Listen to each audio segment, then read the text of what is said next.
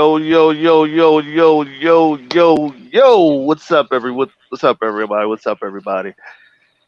Today is a redo of last night's episode. The fuck? Who's next out of here? Of the 146th episode of the In Your Face show with Miss Omega Glover and Mr. Maurice McCoy. Yes, Introduce sir. yourselves, Ladies go first. ladies first. Hel- Hello, everybody. My name is Omega Glover. I am from the Bay Area, more specifically East Oakland. I'm 29 years old, and I will be playing. Oh, you said what? I said you said Compton. Oh no, not Compton, baby. East Oakland. Gotcha. That's the other end of California. But Hey, yeah, hey. that's about it. All right, all right. So, Mr. Maurice. All right, what's going on, everybody? I'm your host with the most, Big Boss Mo. I'm from Chicago, not the wretched part of Chicago, but I'm from Chicago, Illinois. Whatever y'all hear about Chicago, don't even think about it. Though. But yeah, you gotta have your own interpretation about it.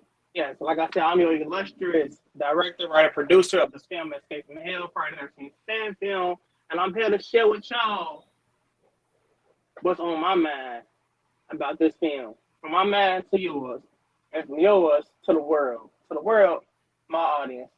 Let's get it, get it.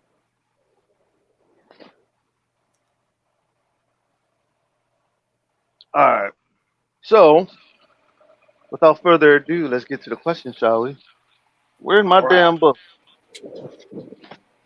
Oh, okay, right. Drake! You said a book! Oh, he had a book full of 100 questions. Let's get it. Okay. I gotta be prepared. You know what I'm saying? I'm a professional here. Yeah. I don't like that. You know what I'm saying? We're gonna work it out like it ain't no thing. Like four blacks on a Cadillac, man. Come on, man. Come on, stop that. Oh, I said some old soul in that body over there. you know, Peace in about a hair grease. Oh, baby, you want a jive turkey, man. Oh, man. Hey, you jive turkey. All right, let's get to the questions, yo. All right. So, Miss Omega Glover, what inspired you to pursue a career in acting? Oh, nothing else was working. Nothing else was working. I knew that I wanted to be in the creative field, and I wanted to be able to work for myself. I want to be able to express myself, and I want to be my authentic self wherever I went, wherever I step foot. So I thought that acting would be give me the most freedom to be me and to live because this life is too short to not live. Awesome, awesome, awesome. So, Mr. Mr. over there, Mr. McCoy over there, what's up, man? What inspired you to pursue a career in acting and Uh, directing and all those things? well, you just asked me that question. I think I'm take you back down memory lane about almost 29 years ago, man. Well, I don't even know what to start at, but I'm gonna start somewhere. You feel? So, for me, it started about when I want to say I was about 8, 9, give or take. What's that for me? What's that? Fourth grade when I was doing school plays and musicals and just started growing up in the acting field and didn't have much work for show because a lot of footage was supposedly lost, as they said. I'm like, okay. As I got older, I started to like venture out from it, just focus on schoolwork, focus on academics and stuff like that. But coming up through high school, I ventured out between doing stage theater and also being a band geek. So being the band geek didn't really work out for me how I wanted to. They didn't give me no scholarship in college, none of that stuff. I'm like, okay.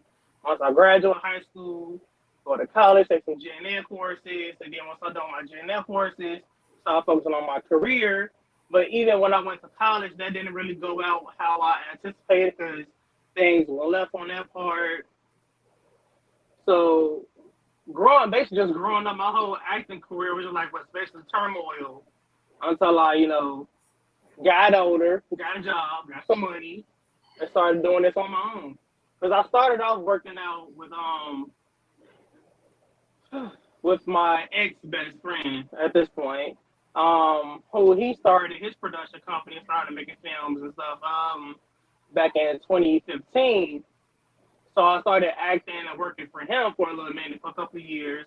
And so I decided, you know what, I'm ready to branch out and do my own thing.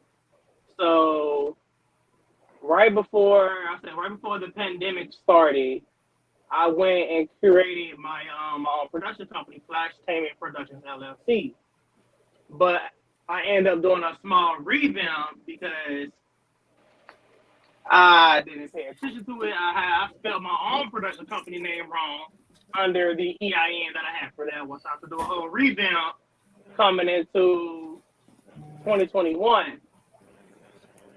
So I'm like, okay, so now that I'm basically revamped, let me, get back to doing what I love. So I started out doing, some small skits here and there.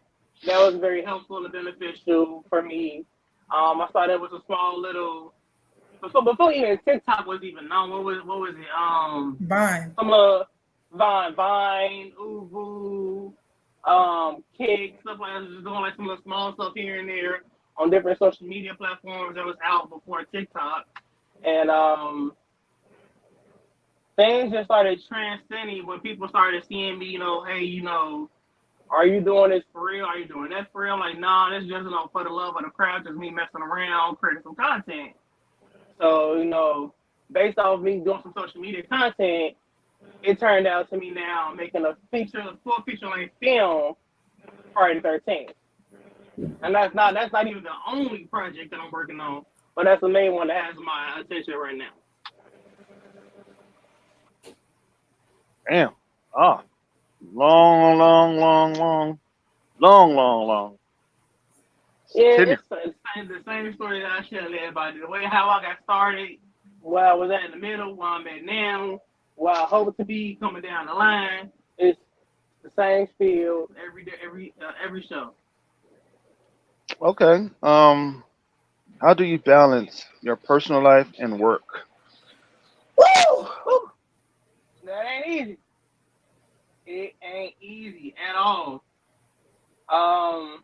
Being the older sibling of 7, let's start off with that part. That's a hard balance on its own.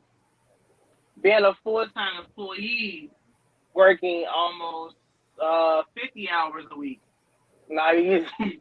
That's a challenge on its own.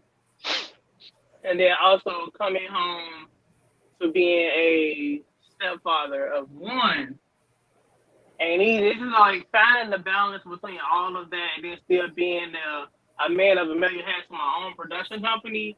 It's all about finding that equilibrium between personal and professional. So for me, when I'm at home, I try to focus on the family situation, whether if it's with my significant other and her child, or whether I'm spending time with my family. And then when I'm in work mode, when I'm at home, but I'm in work mode on my other work, which is this right here with you guys, I'm finishing out my script and just working on the film.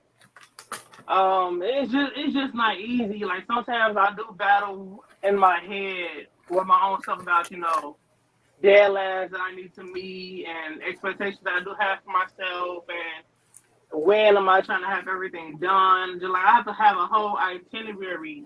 I have an itinerary in my head every day from the moment I wake up to the moment I go to sleep. Like I'm gonna get this done this day, get this done that day, spend time with these people on this day, spend time with people on this day, have an interview on this day. So it's like my life is like very structured and very scheduled. Like even one smallest thing that's very unorthodox can throw me off a little bit. But I try to pull myself back together to get back on schedule with everything that I do have going on. So it's really all about balance. So I'm still trying to multitask and work on because sometimes it either be one thing, I focus on one thing too much and the other too less. But I'm still trying to bring it back to balance it all out on a scale to make it even. Okay, okay. So, um, Miss, hold on, Miss Omega. Hello. What is what is your proudest accomplishments in acting so far? Mm, you know, I'm just getting started again. So I would say this is one of my most proudest accomplishments. This is going to be one of my largest speaking roles. Um, I'm going to get some action in there. So I would say this is really one of my proudest moments. I quit for a little bit because I wasn't getting any callbacks. Um, I thought I didn't have the look. I was really stressed about my weight, very insecure about my looks. So being able to be a part of this process and be a part of this production has really boosted my confidence.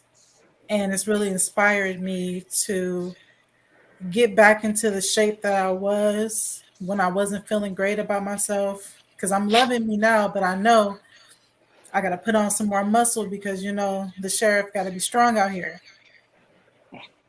So, yeah, I would say this is one of my proudest moments of this year. I was very excited and still excited. And I can't wait for November. I'm gonna let Big Boss Mo tell you about that. But yeah, we got some things coming up. You know, she sounds very, very, very motivated. Hey Maurice, you got a good one over there. You got a good actor over there. She sounds motivated. She's gonna take this thing over the top. You know what I'm saying? You never know, brother. Trying to You And get know. better. definitely. Cause speaking about that, for the actors that I do have on a project right now, I have a few A-list actors on my project that I can talk about because nobody signed the NDA right now. But once we get the Motion to Ocean going, everybody will be signing an NDA. But before I even get to the NDA, like I said, a few A-list actors that I have on my project, and you guys are more than welcome to do research on your own if you want. The biggest star I have right now, her name is Patrice Bopley. She played the mother of Freddy Krueger in Nightmare on Elm Street Part 5. Um, she also played in another film by Johnny Depp so many years. I can't even think of the name of the film right now. She's a known actress who's been acting since the 70s. She's in her 60s now, if I'm not mistaken. But snagged her real cool. Basically, I snagged her off an interview like I'm doing with you guys now. I snagged her from an interview that I watched her on about 6, 7 months ago. Um, I feel you. I feel you. my other actor. His name is Brandon Wilson, aka Bugsy Hoffa. He is a musician and an actor, well, an actor slash gamer. But he's more so known for his music that he creates, and he was also featured in the Friday the 13th video game that came out a few years ago. That's still out and popular right now. Friday the 13th, the video game, which is pretty much known on like Nintendo Switch and I believe the PlayStation Network and Xbox Network. Um, another actor who I just Another actress, I'm sorry, that I also picked up on. Her name is Lauren Marie Taylor. She is one of the actresses from Friday the 13th or 3. She played the role of Vicky, the blonde haired girl. Either the fucking was she blonde? Blonde haired girl with the brown panties. That's what she is. Vicky with the brown panties. That's what she was known for in First Girl Part 3. God. Like, what the fuck? I'm a huge fanboy of her. You know, being a young child watching her film that she was in. I'm okay. Yeah, she was a pair of nice little hot tenderoni watching her with the brown panties on in the movie. I'm like, I gotta get her on my film one day, and it just magically happened a few weeks ago. Another A-list actor that I actually had that I didn't know that he was an A-list actor, so I did my research on him. His name is Jalen Banks. He was on a MTV show. It was some kind of a reality TV show with the actress Breezy from the show All American. I forgot what the show was that they were on together. It was like it was an MTV reality show that was out a few years ago. But those are all of my heavy hitter A-list actors that I do have on a project so far. My Jason actor, his name is Cody Huskins. He is a muscular guy, stand up at about 6'2", 6'3"-ish. He's been a Jason cosplayer for well over 10 years. And me and him, we just been talking for about a year and a half about him working on my project. Now it's finally happening. And he's playing a different version of Jason that we've never seen on film at all before. So it's my blessing and my opportunity to bring this version of Jason to life on screen. So this particular Jason that we're bringing to life is a version of Jason that we've seen in the Friday the 13th video game. And this specific version of Jason, his name is Savini Jason, which is like a very blacked out Jason who's like set on fire and killing anybody and anything in his way. A real live mercenary, deeper, darker version, like I said, of any Jason that we've ever seen before. Okay. So with those A-list, celebrities, those movie stars, what came with those lessons? Did they teach you a lot as getting to know them? You know what I'm saying? While getting to know them and stuff like that, did they teach you, about the industry?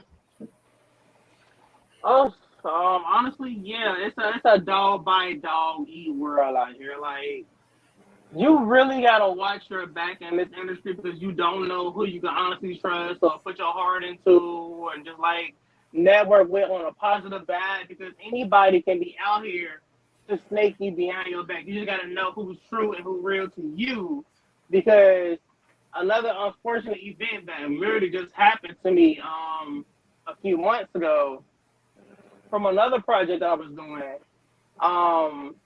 My old executive board team, they kicked me off my old project, and they took that project and ran with it. So now they're running with the project that I started and just calling it their own, which is really nice because over so many legality reasons, they can't call the project their own because it's a fan film. They can get sued if they call the project their own. But that's needless to say for another story for another day. Yeah, they just taught me a lot on how to be, humble and blessed, and thankful for the opportunities that I am given. Thankful for the strong foundation that I do have, and knowing that they're gonna help me carry out my vision, no matter how long it takes, whether it's filming next year, filming in 2025. They want to see the process along. They want to be part of the journey along the way. Right. True that. Okay. So in so many words, it's mainly what each person told me. They're dedicated to me and to the project, so they're not going nowhere and that it's all about trust and who you can trust in this film industry, because not everybody is your friend, or not everybody is a helping hand. Very true. Very true.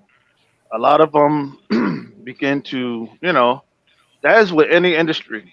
And you got to be able to be careful who you trust and who you talk to about your project, Thanks. because a lot of people are there to try to take what's yours and make it theirs. A lot of people ain't trying to, make it to the top. You got haters out there that will sit on your blessing, right? Yeah, they will take your blessing if you allow them and sit on it. They don't want it for themselves. They want it to sit on it. What I mean by that is they don't want it for themselves. They just don't want you to have it. Mm. They're willing to sabotage their own self to get what you got, so they can sit on it and and basically, you know what I'm saying, rot it away. But like I said, it's only if you allow it to go that way. You know what I'm saying? I've been in the industry of comics for a while now, and this Mm. happened plenty of times. So you got to be able to, whether it's comics, whether it's movies, whether it's music, you got to be able to protect yourself. Intellectual property. You know what I'm saying? And did you copyright all of this stuff? See, now that's the thing that I was talking about. So when it comes down to legality reasons, when you doing art that I'm doing, which is fan film, meaning that's fan fiction, it's not original content. Now, original content, you can do whatever you want. You can monetize it, you can copyright it, you can sell it, whatever. But fan film work, you cannot at all. Mm. It's like it's an open area that you can't secure. You can't secure that bag. You can't monetize it. You can't profit off of it. You cannot make it legal and call it yours, because it's not your craft. It's not your original masterpiece. It's not your baby. So for Mm. anybody who think, oh, I'm gonna make a fan film, I'm gonna call it my project. This is my baby. No, you can't. Hmm. You can do that only if you talk to the original creator who started it all. Prime Right. example for the film that I'm working on, Friday the 13th. If I wanted to call Friday the 13th my project, I would have to go through the original two guys who started it all back in the late 70s. Sean S. Cunningham and Victor Miller, and three gentlemen, and Ron Kurtz. Three older white men, they're old now, three older white men who started all of this back in the late 70s. Now, if I say I'm gonna go copyright this script and copyright everything about it, you not only are you copyrighting what you wrote, you copyrighting the characters that you use in the film. Meaning you're stating that these are my characters that I created. Wrong, wrong, wrong. You cannot do that and you will get sued. And they will come after you for every penny that you profit off of from that project. And that's what a lot of people don't know, because for me, Still working. Can't use that for the back. for me, I've been studying the art of fan film since 2018. Right. I know the ins and outs on how to create a fan film and how to basically get away with certain things without legalizing it. Hmm. But Well, like I said, yeah, there's a lot of stuff out there that you can't copyright, but there's other ways which you can do to protect yourself and protect your brand and product. You know what I mean? And see, and that's the thing. A lot of people, there's a lot of shysters out here, man. You know what I'm yep. saying? You got to be able to keep your shit together, man. Yeah, that's sorry to hear that, man, because that's not cool, man. So tell us about this Jason fan film. All right. So, before I even get into telling about this fan film, my question to you is: have you seen the other theatrical films that came out? While we're all growing up. Well, you're older than both of us, but have you seen all of the actual films? Yeah. In fact, I actually interviewed the very first Jason Ari Lehman. Right, right. You told me that, of course. Yeah, so Um, I've seen the very first Jason. Um, I seen the one where he actually get introduced as the Big Jason and stuff like that, and I've seen it down all the way to the last Jason that was done. That was done. So I've seen so the whole you saw the series. okay, okay. So for me, with my film is a continuation story from Adam Marcus's Jason Goes to Hell film that came out in 1993. So 1993, I wouldn't even thought of at that moment. I didn't come Right. around to 94. But my film picks up 30. Well, as of right now, it just picks up some years after 93. Because my film would be set present day. Now, depending on when we actually start filming, then I can put an actual date to it. But my film picks up in modern society. With the leading actress by the name of leading character name of Stephanie Campbell. And if you know the name of Stephanie Campbell, she was the baby in Jason Goes to Hell. So like I said, my story picks up with the character Stephanie Campbell, who is in her senior year of college, getting ready to graduate with her associate with her bachelor's degree in psychology. So her and her sorority sisters, they end up going to Camp Crystal Lake to celebrate to not celebrate to intertwine in their Greek games and festivities. They're all in my family. They're all part of the fraternity sorority Greek life. But little do they not know, by them going to Camp Crystal Lake, they're reawakening the evil that once walked that land. So the evil, Jason Voorhees, is being resurrected from hell by his mother, who is being played by Patrice Bopley. She's playing both Freddy's mother and Jason's mother in this film, because yes, I do have Freddy in this film as well. But Jason is coming back from hell because he realized his mother wakes him up and has him come back to hell, telling him to kill anybody who walks this land. We don't want nobody walking this land. Kill them all. So he resurrects from hell and comes back to kill anybody in his way.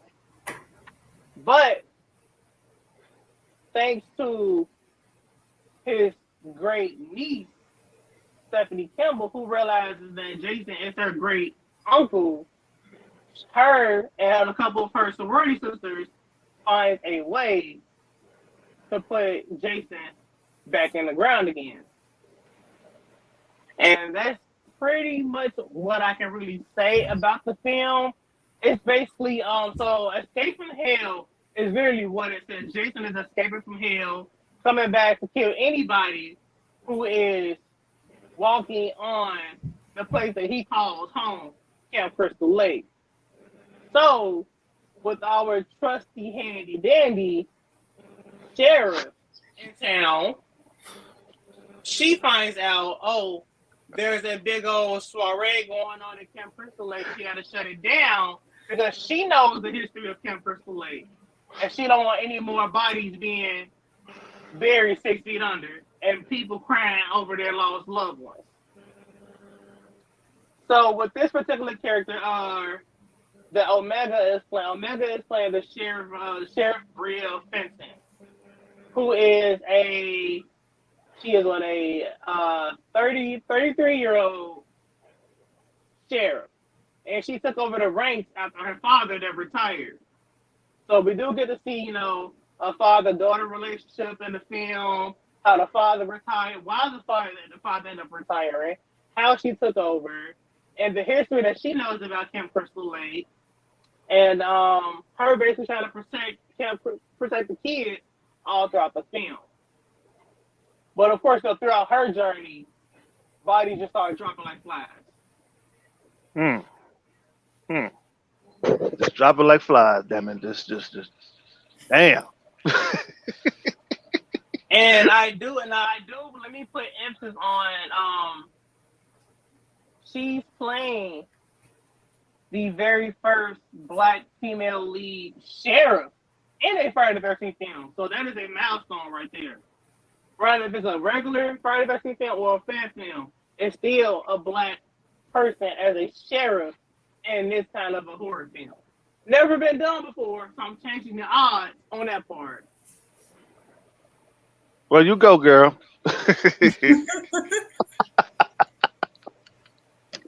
I'm just, I just like to have fun during these interviews, man. I like to goof off, man.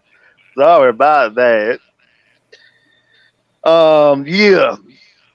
So, what is the most important lesson you have learned in your career, Miss Omega? Oh, the most important lesson is to know that you're the prize, to understand that even if this isn't what they want right now, it will come around.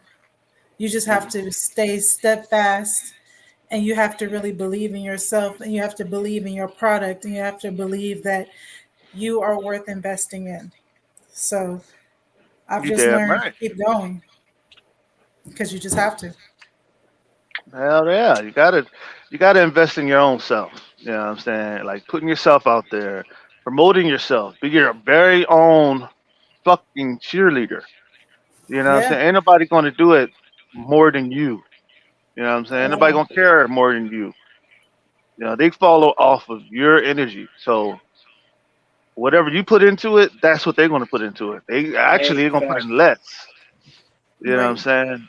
So if you put in 120 million%, they're gonna follow suit. You know what I'm saying? right. And so I'm talking about the people that actually believe in you. I'm not talking about the people that's just watching you. So you got people Right. that's hating on you, you got people that's watching you, and you got people that believe in you. Those three types of people. The people that's Mm. hating on you are the people don't is hating on you for no just don't even know why they're hating on you. They just hating on you just like I don't care. I don't hate that motherfucker. I want to see that motherfucker succeed, you know. But then you got the people that's watching you. They're just watching because they just like to watch. They're lurkers. And you know, Trust me. In this line of work, I done built enemies, frenemies, and all the above. So already. So I got lurkers on my Facebook page right now, just waiting to see if the cookie gonna crumble and break. well, that's basically that's basically what they're looking for. You know what I'm saying? See, a lot of the lurkers are silent haters, but you won't hear them hating. They're silently doing it. You know what As I'm long as they saying? quiet. Exactly. You won't hear peep out of them. They're just silently. A lot of them, and I'm not going to say all of them. A lot of them, I want to say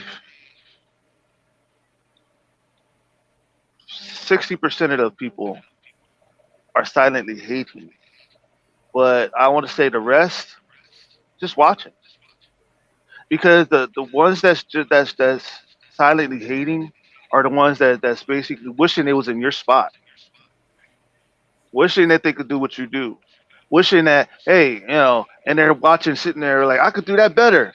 Why the fuck you gonna do it then? Yeah. Facts. Now let me piggyback off that real quick. So I'm gonna piggyback off that with a question. So do you believe and do you know that racism is still real in September? Now we're now in September of 2023. Oh yeah, it never died. Yeah, never died. It'll never die. It It'll will never never die die. till the day. All right. It'll, yeah, it's a. I'm gonna tell you what it is. It's a spirit. You know what I'm saying? It's a spirit, demonic spirit, that Gotta is be. basically what that was basically put upon this earth to divide and conquer people, and to have people going against one another. You know what I'm saying? Basically to divide you, conquer you, and kill you, and take your knowledge, take everything that you have. That's what it's main to do. You know what I'm saying? Racism don't have no color on it. It don't. It It has don't no at color all. on And I've been hit so hard from people that I don't even know already since I started this whole movement on this project. That he's a black guy directing a Friday 13th film.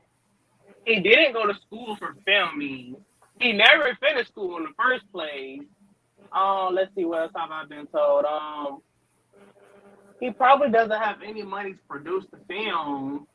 Um, and then he's just black. Like what is he gonna do? So how do I defy the odds? One, I'm still producing this film no matter how long it takes. Two, I'm building a crew that I can trust who's gonna help me execute this entire production. And then three, yes, I'm that black guy who's gonna defy the odds by one, not making a hood ratchet Tubi film. Because as people say, oh, all black people do is create black ratchet Tubi films.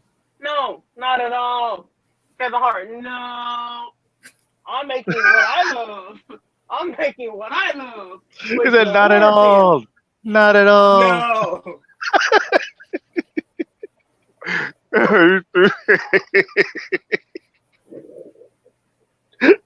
Man, I'm sorry. Go ahead, bro. Nah, it's all good. I had to get that little joke in somewhere. But it kills me to know that since I started this project, I have so many haters out there.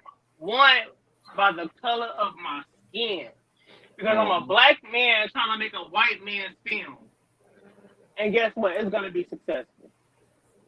Because Well, I have white friends, I have black friends, I got purple friends, I got blue friends, I got orange friends. Trump. Let me stop saying that. But Oh no. I got orange friends. Don't start with me now. It's just gonna be a good film, but then one, my film has black characters in it. So you think about when you see a horror film, you see so many Caucasian people in the film, but when you see that one brother or that one sister, they finna die out real quick. Within like the first half hour of the film. Damn, why they gotta die out so quick? Hell no. So let me go in and decide all the odds. Let me throw in about 6, 7 black people in my film and have one of them at least survive to the film, or we'll have one of the black girls be the final girl. That way we can show, okay, our people know how to survive in a horror film. Cool. It ain't hood, it ain't wretched. It's a nice, simple 80s vibe horror film that I'm producing. And it's still gonna be fucking modern, some modern day film. So you're gonna hear references about TikTok. You're gonna hear references about Facebook, Instagram, Twitter, which is now called X, whatever fucking stupid reason. You're gonna see some shirtless guys. You're gonna see a lot of titties and a lot of ass in the film. It's a horror film. damn. It's a horror film. It wouldn't be a horror film if it didn't have any nudity or sex. Let me just keep it 100 on that part. You're gonna see the occasional black guy smoking some weed. You're gonna see the occasional drunk white girl thinking that she's black. You're gonna see some modern day stereotypical shit in this horror film. So what you're saying is you making a freaknik come back to life with Jason in it, goddamn. You know what I'm saying? Damn. I'm basically giving the fans what they want. See, for me, by me being a true diehard Friday the 13th fan, I've already surveyed people when I ask them, what would you want to see in the Friday the 13th film? And matter of fact, since I'm asking, let me ask you that. What would you like to see in a Friday the 13th film? Well, see, I'm all about that horror film shit. You know what I'm saying? I would love to see some gore. I would love to see some original Jason type shit. Mm-hmm. Some, nigga, you noticed that? And it was a Jason. It was like Jason Goes to New York, right? And I seen in a movie where the motherfucker was trying to box Jason. I'm like, nigga, what you doing? How the hell you gonna try to box him? And all he got a machete about to cut your ass in half. Man, if you don't sit your ass down, this nigga got killed soon as he threw a punch. Man, bullshit. That was the most cheesiest shit. Cheesiest, but yet original. Nobody really stood up to Jason like that. Ordered to box it, literally boxed this man head on. And the nigga was walking down the street. That was cheese. And the nigga was walking down, and Jason was walking down the street in New York, might add. In New York, walking down the street regular. And motherfuckers was like looking at him like, the fuck is wrong? What the fuck is this nigga? Nigga, what the fuck are you doing? Run! Hey, you look, doing? all I'm gonna say, Take all I'm off. gonna say, he better be glad he ain't walking the streets in Chicago because he would have got his ass smoked. Nigga, the nigga would have got right back up and killed some more. The nigga ain't dead. No. Chicago different from New York. We see difference in Chicago and New York. If they would have Jason in Chicago, we wouldn't have played with it. We would have all came together and killed his ass. Some New York people, yeah, they just gonna stand and watch like, oh, when we see this shit all day, every day. Chicago, we would have. Now, Right here, right now. now we ain't talking about no white folks. We talking about the dumb motherfuckers in the movie. Go straight to the trouble. Just Sue, where are you? And then dead. Come on, man. Then you know you can't put no black person in that position. And they're gonna be like, Sue, where you at, Sue? They got fuck Sue. I'm out of here. God damn it, fuck that. Shit. Yeah, I'm running because I see everybody else running. You know what I'm saying? Shit, Oh, you know what I mean? I'm like, oh hell no, fuck that, nigga, I'm gone, nigga. That's how you supposed to think. You know what I'm saying? Like, if everybody's running, you know there's a reason why they're running, right? It's a reason why they're running. It's the reason why they're running. Like you just gonna sit there and be like, oh, he gonna just come right up and just pop your ass, nigga. No, I'm the first one out the door, nigga. I will jump through a window head first. I'm out. At least I died free, goddammit. I'm gone. You know what I mean? Shit. This ain't going down. Yeah. Shit. But nah, No, like when I interviewed Ari Lehman, he said he didn't know the Friday the 13th was going to be as big as it was. You Yeah, know what I'm saying? he said that. He said that before. Mm-hmm. Yeah, and he said a lot of the movies a lot of the stuff that he did, in the movies, he said, in the movie, he said a lot of it was done not theatrically. It was done physically, like done realistically. You know what I'm saying? Real shit. Like he had to sit in a water, right? And you know the scene in the end when he grabs the girl out off the Yeah, boat. jumped out the water, grabbed the porter down. Yeah, practical Yeah. thing. Yeah. He said he actually had to sit in the water for a little bit, and then when they say action, he jumped. It basically was timingly. You know what I'm saying? So you know he had to motherfucking hold his breath, for a little long period of time. You feel me? And jump out and grab the girl. You know what I'm saying? And he was like, the girl was like, get off of me, yeah, da, da, da, da. Bitch. I know you ain't. You're in a movie, goddammit. Grab that. You know what I'm saying? That's just the way. Like I couldn't be in that movie, man. I'll be done some ghetto shit, some hood shit, man. I'll be done. But I'll be like, nah, nigga, I'd have ran, nigga. You out your mind, like, nigga. I'd have jumped in See, that goddamn water quick. Shit. Ah, nah, dog. I ain't gonna hold you. Like stuff like that. That be the element of surprise in a horror film because it's all about the fear. Like how authentic is the fear that you're showing on screen. So the fact that that's a story that he tells all the time, and she did not know that that was actually part of the scene until they said cut.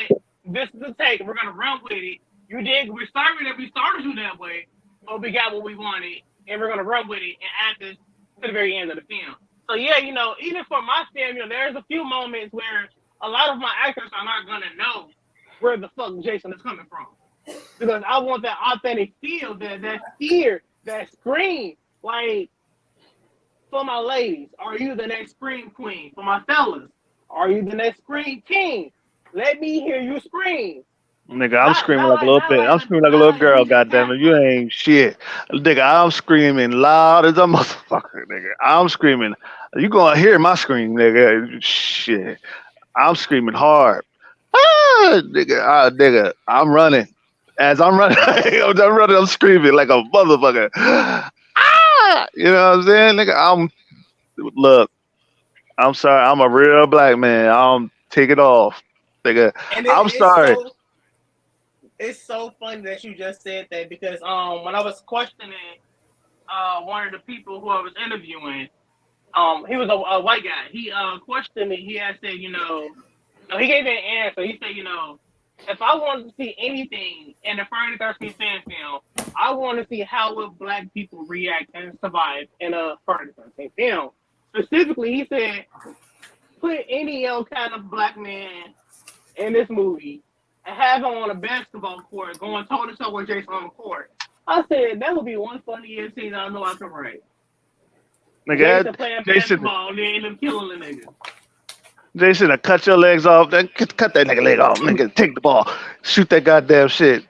Nigga, what the fuck? Like, you can't do that with Jason. Like, that motherfucker gonna cut your shit off. That nigga gonna over aggress your ass. You know what I mean? Like, come on, bro. Like, come up with something new. Like, that's why I tell him, like, nigga, come on with something new, man. You know, good and damn well, boxing, that's the stereotype of nigga. You know, black people play boxing, play basketball and shit. Come up with something new. Something like, put a black man in the water when knowing good damn well a black man, we don't like water. You know what I'm saying? You know, a black woman ain't gonna get her hair fucking messed up in the goddamn water. You know how black women like their hair done. So you really just gonna go underwater knowing you just got your hair done? Come on, And now. that's the I just part got my where hair I did. defy all the odds.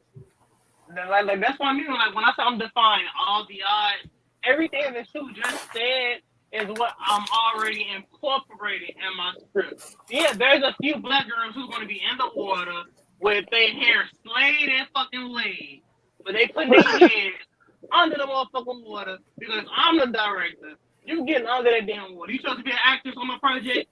Put your head under that motherfucking water and you better swim. Act like you having a good time, playing around, playing with each other's titties in the water, chasing some dudes in the water because you hot and horny in the pants. Yeah! Yes, my sisters. Y'all finna get in the water. Yes, my brothers. Y'all finna really be in this motherfucking film, having a good time. Like that's all that it is. Watching the show. Oh, okay. Now, yo, that's no, like that's why I keep telling you, you making a porno rather than a Jason film, nigga. Yeah. Oh no, I can't even call it that. I can't even call it that. Like real talk, a lot of people say, it's not a Friday the 13th film if you don't have nudity or a sex scene. So guess what? I'm gonna give the fans what they want. I'm gonna give you a little glimpse of a nip slip here, or give you a little glimpse for the ladies, a little glimpse of a dick slip here and there, or a dude taking off his shirt in front of the camera with oil, rub it down with oil coming down his chest and shit. Or I might show you a man with a long ass, nice beard, nice little cut, nice little face, throwing the football across the screen. Yeah. Like for me, I see off the audience's reaction of what the audience want. I'm basically putting it in my film without making the film pornographic. See, it's the way how I go. It's like this is what I call a tasteful reaction film. That's what I can call it. It's a tasteful reaction film. Friday the 13th film. Because you're gonna have your moments where you're gonna see some implied nudity, some tasteful nudity, and just like it's like the film is college kids. So what would you expect? A lot of these kids are horny and promiscuous. They're at the camp. They're having their their Greek games. So one of the Greek games in the film, they're having this race, and it's called the Naked Mile. So that's the part where you're gonna see a little bit more in that scene than any other scenes in the film, because a lot of the contestants in that scene are literally going to be running around in the woods like they're doing a mile race, and they're like either down to their underwear or lingerie, or if they prefer to be nude just for that one particular scene that I may end up chopping out of the final cut because I can't have too much vulgar nudity in the film that's only being released on YouTube. Now, when it comes to like DVD distribution, that I will be doing, that's a different realm, because I could have all of that in a DVD, but I can't show all of that for free on YouTube. So that's another thing that I want to talk about as far as distribution goes when the film is being released. So when the film is being released, as it is a fan film, and I cannot legally profit off that. I have to make that content for free for everyone to watch on all public services, all public streaming services, mainly YouTube. Now, another way how I can go about like getting other distribution out there is through this program called Indiegogo, which is a campaign. It's a campaign website where I get to raise funds to produce my movie and offering people who donate to the project, as we call backers to the project, different perks on stuff that we have for the film. So let's say like you wanted to contribute, let's say $5 to the film. $5 to the film will get you a social media shout out, and it'll get you your name in the end credits of the film. Let's say if you wanted to contribute, like, let's say, what, $20 will get you like a custom made Escape from Hell t-shirt, your name, your social media shout out, your name in the end credits of the film, and just like stuff like that. The higher the tier, the bigger the revenue, and the more times you get your name in the film. Like, okay, so another tier that I'm working on, which is the associate producer tier. So my associate producer tier that I'm working on is gonna cost people. Let's say you want to be an associate producer on my project. To be an associate producer on my project, you will basically be purchasing a $175 tier. Well, I'm still working out the money aspect on that part, how much each tier will cost. But let's say you want to be an associate producer. Associate producer will get you a one-day pass to be on set with the cast and crew. You get to have lunch with the director and with the Jason actor. Breakfast, lunch, and dinner with Jason actor and the director. And you get to take a photo with the cast and the crew. And you get the t-shirt, you get a social media shout out, you get your name in the credits. So it's different things that I'm working on to make this a fan involved project. To also, our way of saying thank you for showing us support for this project. And by doing that, it's like at the end of the film, we got the long ass list of names on everybody who helped contribute towards the film for those who wanted to be part of the film in any kind of way. Okay. See what you gonna do for lunch? You know what I'm saying? You might as well take a nigga to Jerk 46 and get some jerk chicken. You know what I'm saying? And call it a day. Nigga, you in Chicago? I mean, shit. Like, look, that's the funny part. That's the funny part. See, by me being in Chicago, that don't mean I'm filming in Chicago. Oh, okay, okay, I get you. I get you. So I mean, but we on a budget though. You know, I'll be like I'm on a budget, nigga. I can't have no goddamn 5-star restaurant type shit. You oh get some no, pretty, oh pretty sick no. for some So McDonald's, nigga. nah, Yeah, some for my McDonald's or Burger film, King, nigga. hey, whole time though, I could use a quarter pounder with a Sprite and a large fry right now. Yeah, you know what I'm saying? Like shit, like come on, man. Use it to your advantage. You know what I'm saying? A dollar menu. The dollar menu ain't a dollar menu. Go and get a pie and a Sprite. That's it. That's all you're gonna get, nigga. You know what I'm And saying?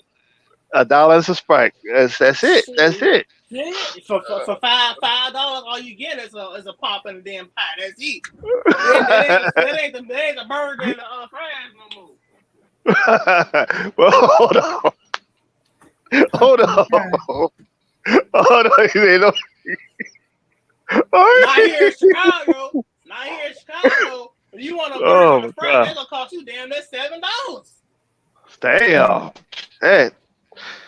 Well, fuck McDonald's. Let's go to Burger King or something. Matter of fact, Burger King too damn hot too. What about Popeyes? Get a thigh and a biscuit. That's it. Hey, Thigh and a biscuit. what bro man say? He on the fifth floor, right? That's gonna cost Uh-huh. $4. It's gonna cost $4, but it's really $5, even for a leg with a damn pop. $5. Because they're gonna overcharge on the taxes here in Chicago. Yo, so Miss Omega, what Yes. is the most important quality for success in your field of work? And this is going to be the last. Then we're going to go to the segment. Then we're just going, we're going to go to the segment I built for the show. Go ahead. Discipline. You have to be disciplined. You have to be able to wake up in the morning, meditate if you need to meditate, work out if you need to work out. You need to be able to watch what you eat. You need to be able to preserve your product. So yeah, that's what I'm saying. You got to be disciplined, and that's hard as hell to do in this world with all these distractions.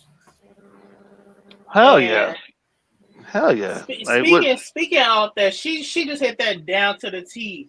So with this film is this film has a lot of moving parts. And when I say moving parts, it's very physically demanding. So if I ask you, okay, go stand over here and run for 2 or 3 minutes over here, and you can't run, you show me that you can't run, and you're out of breath, go take a timeout. Go work out to the gym. Spend some time at the gym. Get your stamina up because my film is very physically demanding. If I ask you, go run off this dock and jump in the water and don't come up for 2 minutes because you're gonna die right as soon as you jump in. You have to be able to run off the dock, jump in the water, and hold your breath underwater for 2 minutes. If you can't do that, go to the gym, go work out, and build your stamina up. Now, I'm a big guy myself, and I also wrote a character in the film for myself. So my character, my character, his name is Big Ben, and he's the camp director. So he's being very physical in the film. He's been physical with the college students. He's been physical with his girlfriend, who was also the nurse at the camp, and he also has a scene where he ends up getting killed in the worst way fucking possible. The way how I wrote my damn scene, that shit just go crazy right there by itself. But yeah, it's very physically demanding, and you have to be willing to put in the work. You just can't say, hey, I just want to act. You ain't no just act on myself. You also have to be able to really put your soul, your mind, and your body into this. You have to be able to go the extra mile because this ain't no big Hollywood production set where I have like $100 million to be paying everybody and to be paying for stunt doubles and stuff. No, I want to know, can you handle the work that you're signing up for? And if you can't handle it, then this is not the production for you. Well, see, you know what I would do? You know, I would actually talk to some stunt doubles, right?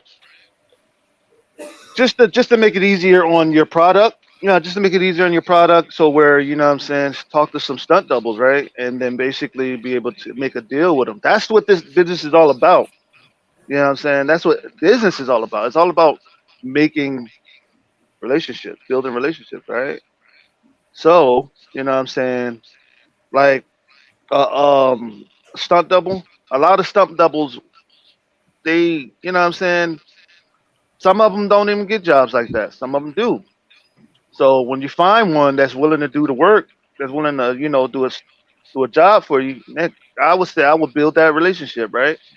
And have him come in, right? And then basically him or her come in and build basically, and do some of the hard work, some of the hard shit that some of these actors are doing, that some of these actors you're acting to do, because you could lose people wanting to be a part of your movie if they have to do something hard shit.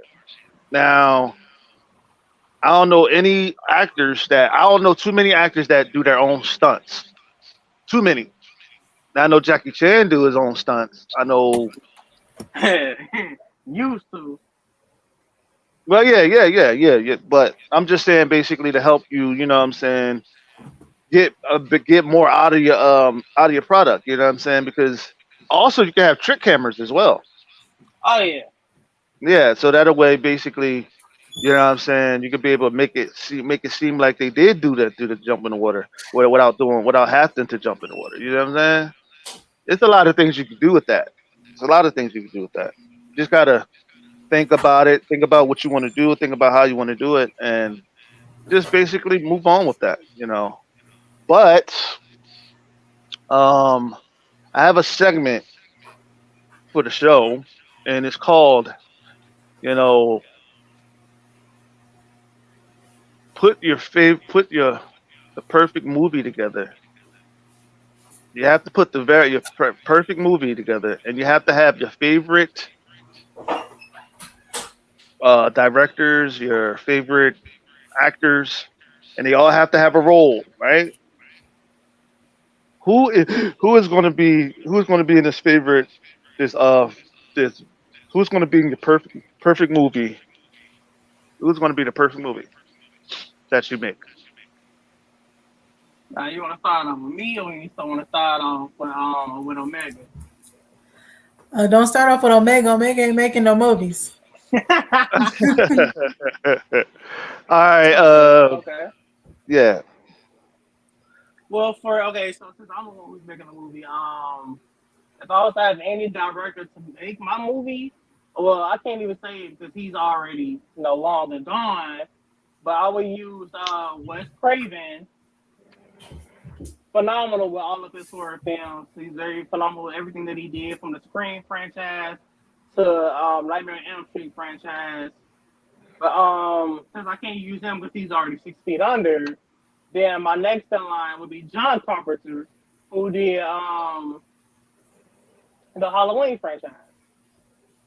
So I would use him. I would use him as my director because he knows how to tell a phenomenal story from beginning, middle to end, and hit it down to the T with only a very handful of a small cast and crew.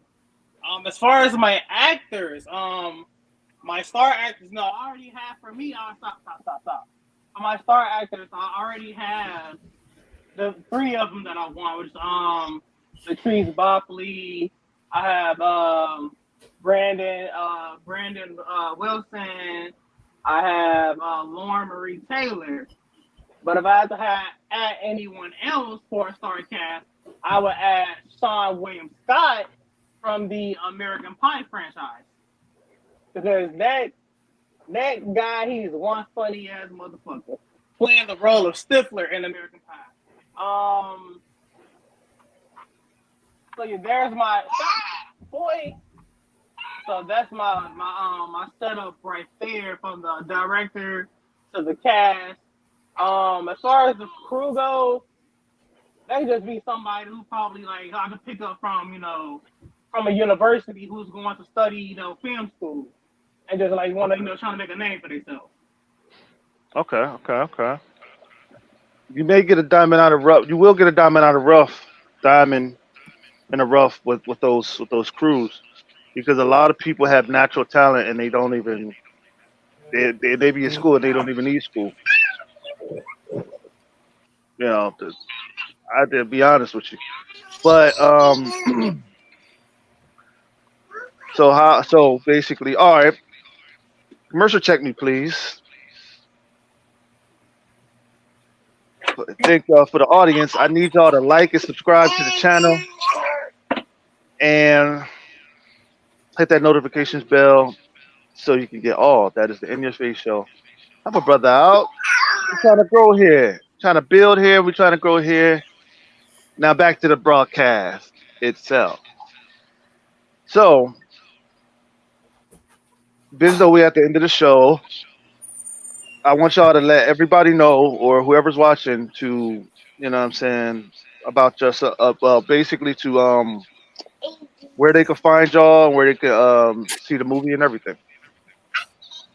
All right, so anything that's related to the Escape from Hell, Friday the 13th project, you can find my production company, Flash Tainment Productions LLC. You can find us on Facebook, on Instagram, on Twitter, on Snapchat, basically on all the social media platforms, including TikTok. And you can even Google Escape from Hell Friday the 13th Fan Film Project. You can Google that. You can look us up on YouTube as well, Escape from Hell Friday the 13th Fan Film Project. And basically go from there. Now if you want to be part of the project in any fashion, form, or way, you can find me on Facebook at Maurice McCoy Jr. or on Instagram under my production company, Flash Tainment Productions LLC, and just we can just basically take it from there. Well, Miss Omega,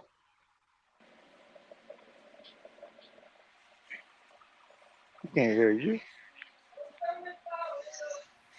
Can you hear me now? Yeah, Yeah, you can hear you now. Okay. Well, you can find me on Facebook under Omega Glover, or you can hit me up on Instagram. Oh, hey to you too. At Miss Mean Girl. All right. Well, y'all know where y'all can find me, King Daniel Teller, on Facebook, and King Daniel Teller on Instagram. That's 3289 next to it. And also, you can basically go on YouTube. That's the In Your Face show. If you're trying to find it, put Daniel Teller next to it so you can find it. Also, please like and subscribe to the channel so you can get all that is the In Your Face show. And we out. Peace.